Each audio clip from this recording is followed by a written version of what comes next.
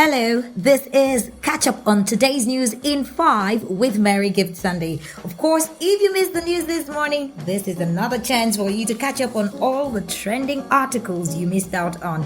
Let's start off with this one. Insecurity. Buhari leaving Nigeria far better than he met it. And this is the presidency speaking. You can catch up on that, track that in the Vanguard newspaper.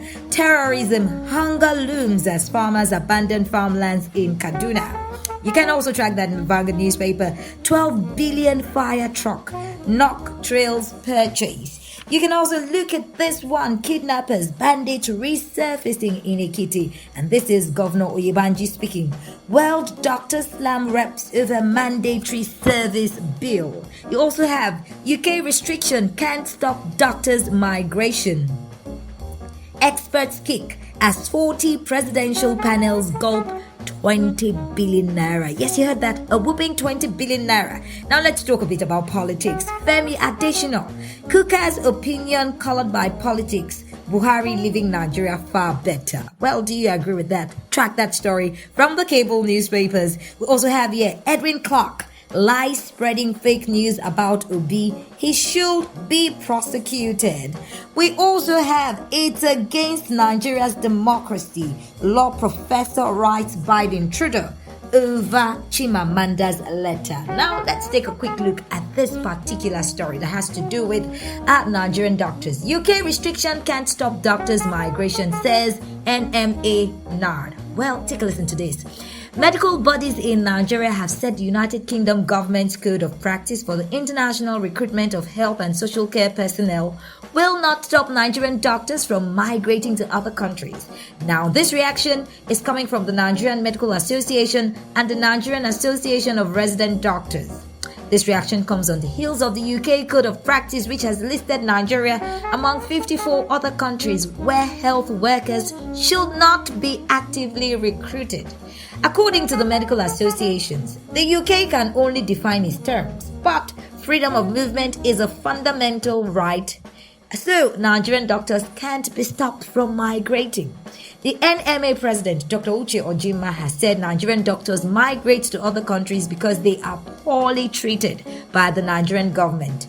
What is the solution to reduced migration?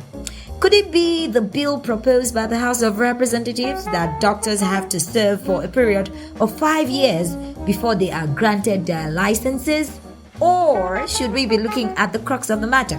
As Dr. Ojima has opined, perhaps our government can do better in aspect of remuneration done for our medical personnel. What are your thoughts? Track that story from the papers. Alright, let's take a look at this. Move away from the health sector and look at politics. We have this headline from the cable newspaper. It's against Nigeria's democracy. Law professor writes Biden Trudeau over Chimamanda Adichie's letter. Let's take a slice of it. Yemi Oke, a law professor, has faulted a letter written by Chimamanda Adichie, a Nigerian novelist, over the conduct of the February 25 presidential election. In a letter published last Thursday, Adichie said the Nigerian election was deliberately manipulated.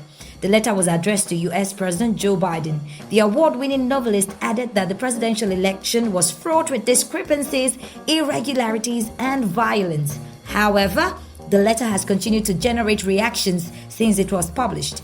In a counter letter addressed to Biden and Justin Trudeau, the Prime Minister of Canada, Oke said Adichie's correspondence was against Nigeria's democracy. The law professor claimed that the letter contains seditious elements, adding that it is a case of extraterritorial ethnocentric politicking of a non-resident Nigerian American. Now, this is the question. Have you read Chimamanda Adichie's letter addressed to President Joe Biden? Do you agree with the law professor Yemi Oke? Well, you might have to track that story. And finally, let's see if time will permit us to take a slice of this other story. Key players kick as more states move to build airports. Should that be the priority? Should our state governments be building more airports right now? Or should we be talking about building better road networks? Do you know that there are 3 factors that have pushed inflation in recent times? One of those major factors is food.